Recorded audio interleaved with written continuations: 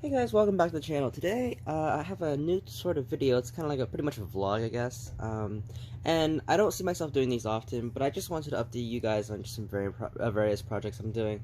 Because it is winter break after all, and I have been very busy with trains, because there's honestly not that much stuff to do, especially, winter break and COVID. So, I kind of just sit around doing nothing all day. So, trains I've been focusing much more on than my other hobbies. Anyway, so I just wanted to, I guess, discuss and show, and I don't know, just maybe update on some of the stuff I've been working on. So, now unfortunately, most stuff I have is upstairs. That's where my workshop is. It's also my bedroom. But yeah, I usually work on my stuff on my desk. So, yeah. But I will still show you some places around the layout. So as you can see right here, this is the key brass made by Sam Hung's New York Central Mohawk. It's the L2A. As you can see, I still haven't stripped the paint yet. So I've been still trying to find ways to strip the paint, strip the weathering without stripping the paint. Unfortunately, I've come to a conclusion that it's probably not possible.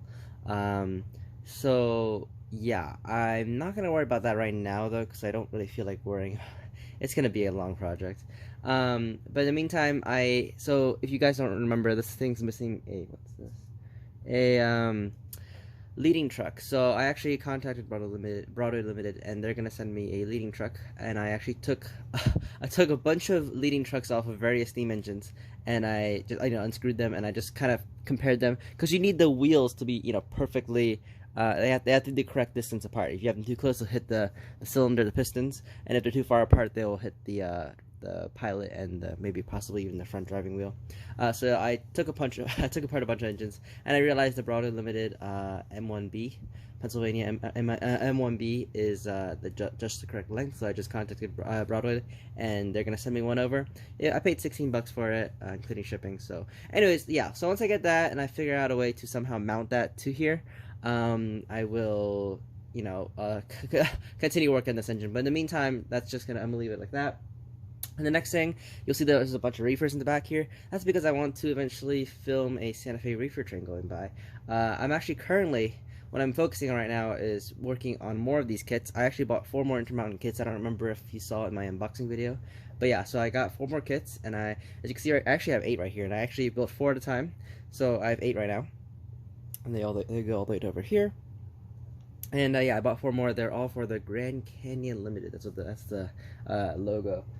Santa Fe reefers, they have the map on one side, and then they have the one of their name trains. Oops, my bad. The name train logos on the other side.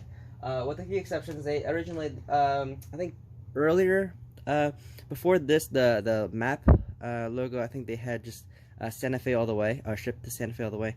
I don't really like those. I think those are kind of out of the era for me, so anyways, I'm trying to get the map logo kind, but I digress. So that's another thing. Building 4 kits at a time, it takes a lot of time. These cars have so many parts. I mean, like, the roof detail in here. There's like as I said, 10 parts in like one of these hatches. There's like the hatch lock, the lid itself, the little handle, the rivet, not rivets, the whatever, the place where it pivots on, and then obviously the board here, and then obviously there's like all this brake detail, which you assemble all yourself, or the ladders and everything. So it's a lot of work assembling them, and working on 4 of them at once takes quite a bit of time. So yeah, next up, as you can see here, I still have the same train that I made a holiday video for. It's just the Pure Marquette 1225, and then a bunch of Pennsylvania, 1 combine, and a bunch of P70 coaches. All made by Bachmann, by the way. The Bachmann Spectrum ones, they're really nice. They're like $12. You could buy them for like $15 or $20 a piece. Super nice. Now, obviously not nearly as good as the Broadway Limited P70 coaches, but they're good enough. I added lights, and I upgraded the trucks with Walther's PRR trucks. One more thing here. So as you can see, I'm actually starting to work on the terrain for the layout.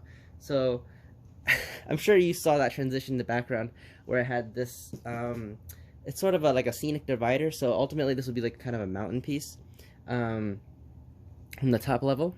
You can see that there's actually 4 layers of foam. I'll show you, bring the tripod over. Yeah, over here you can see there's 4 layers of foam. I kind of messed up the track here, but it's okay, whatever. So it's 4 layers of foam, so it's kind of like a hill mountainside, and then on the wall facing here there'll be a this piece of plastic right there. I'm not gonna show you whatever it is. It's basically just like a cut stone whatever wall. So I'm gonna figure that out. Yeah, and then one place here, I actually kind of rushed laying all this track down like a few years ago when I did it. So it's kind of a really crappy whatever, like it's way too steep and it's way too tight, and I know it's unrealistic, but whatever. But one major area here I could not ignore was right here, because not only was this this was more of it was a bigger issue. It's instead of the up there, which was just too tight and inclined too steep, which I guess is somewhat tolerable. This part, what happened was, if you guys can't tell, I use like the Woodland Scenics risers that look like these. It's like foam, it's styrofoam. It's really nice. They have like specially cut like 3%, 1%, 2% inclines. So instead of like carving the foam out yourself, you could easily buy them, and you can ensure that your inclines are even. The issue is right around here. You could tell by the very new white plaster. I had the incline. Excuse me, this is kind of a shitty permanent marker, but anyways, it was like this, where it was like the incline stopped and then it was just straight. Obviously this is exaggerated, but the issue is I didn't round this curve out. I didn't round it. So what happened was, the steam engines, they'd always like kind of like ride up this curve, like say in 080. It'd be like 4 wheels. So like the front wheels, the front end of the engine would kind of like stick up. So, this is obviously exaggerated, but basically the front part of the engine would kind of lose traction, and then once it rounds the slope, all the wheels gain traction again. But the issue is right around here, the engine tends to start slipping because the half of the engine is not off the rails, but it's losing traction, and so it loses grip. And so this part, I pretty much redid this entirely. I ripped the track off, I ripped the cork off, I ripped the plaster, which is just like the paper, or not paper mache, but like plaster cloth. I ripped that off. I trimmed the foam that was below the riser, and then I redid everything. You can tell actually and I also repainted the track. Well, I didn't have to repaint the track because I reused it, but I just hand painted a few areas. That's why you don't see the brown, because the brown is actually just when I was airbrushing the track down. When I was airbrushing the track, it got on the plaster. But so yeah, anyway, so you can see where it's new.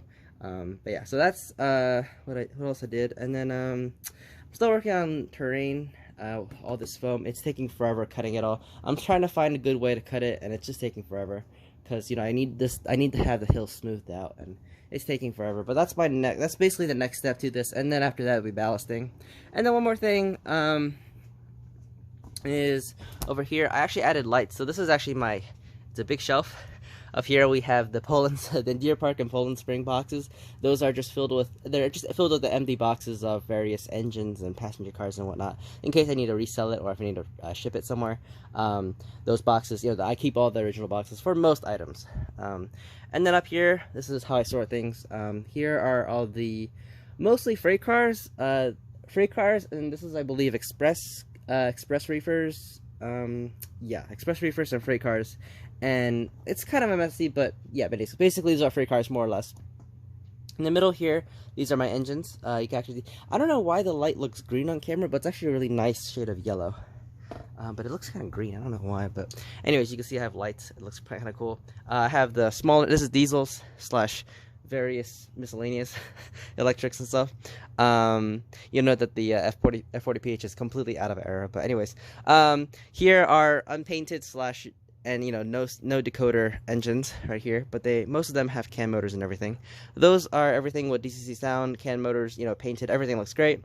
And on the right there are just engines that still need to be worked on. And then everything on top is just the engines that are too big, because obviously you can't fit the entire engine, and I don't feel like taking the tender off every single time.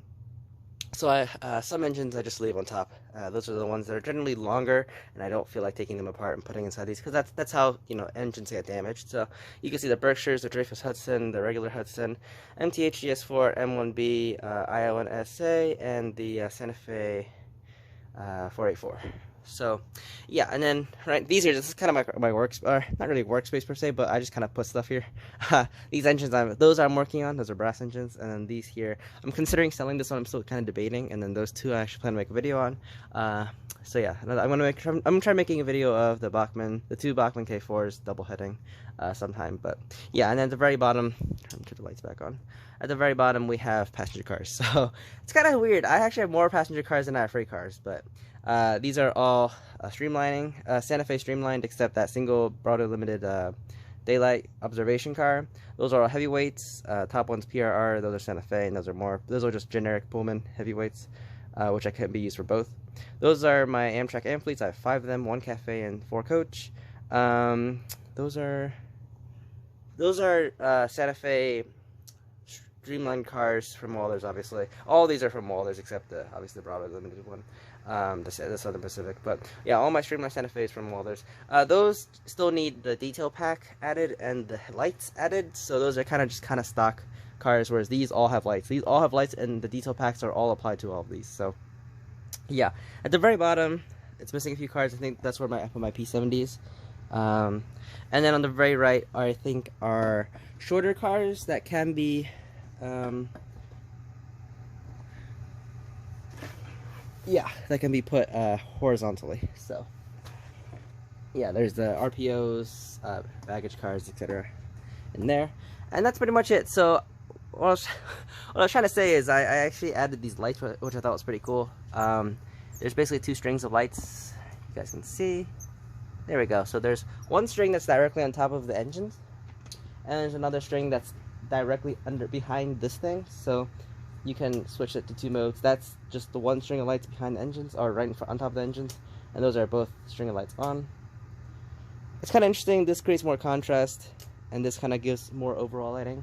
But yeah, so I thought that was a pretty cool project, and I did finally get to, you know, organize everything more or less together in all these boxes. So all you see in this shelf is just what is that, 12 of these plastic boxes, which is actually really nice. I think it protects all the engines from dust, and it's very compact, and you obviously don't want engines laying out all the time. So, you know, you don't want them laying out in the layout all the time. So this is kind of a nice compact way to do it.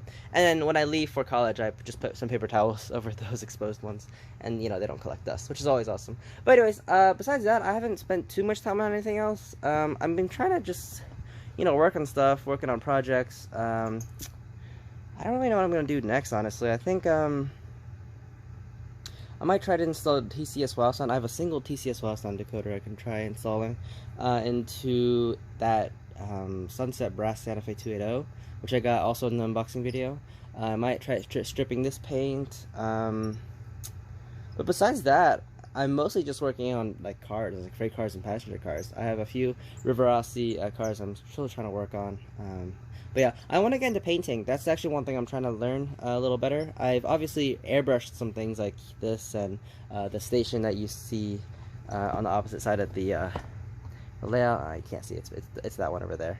I've airbrushed a few things, but I'm not really confident in my airbrushing skills, so I'm kind of afraid to, you know, ultimately I'm trying to paint this engine, but I don't want to mess this up because this is a really valuable engine, and yeah. Anyway, so, yeah, I want to practice airbrushing. I might try airbrushing like a Mantua engine or something like that. I'll just buy a cheap one. I'll just practice on that one. But yeah, so that's my goals, but for the meantime, you're not going to see that much new stuff as far as I can predict. You know, I'm only here until like the end of January or mid-January, so can't get too much done. And I'm not really sure about the summer, but yeah, that's pretty much it. I'm kind of just starting to ramble at this point. So I hope you guys enjoyed. If you have any questions or comments, please comment down below. And yeah, I think that's pretty much it. All right, I'll see you guys. Bye.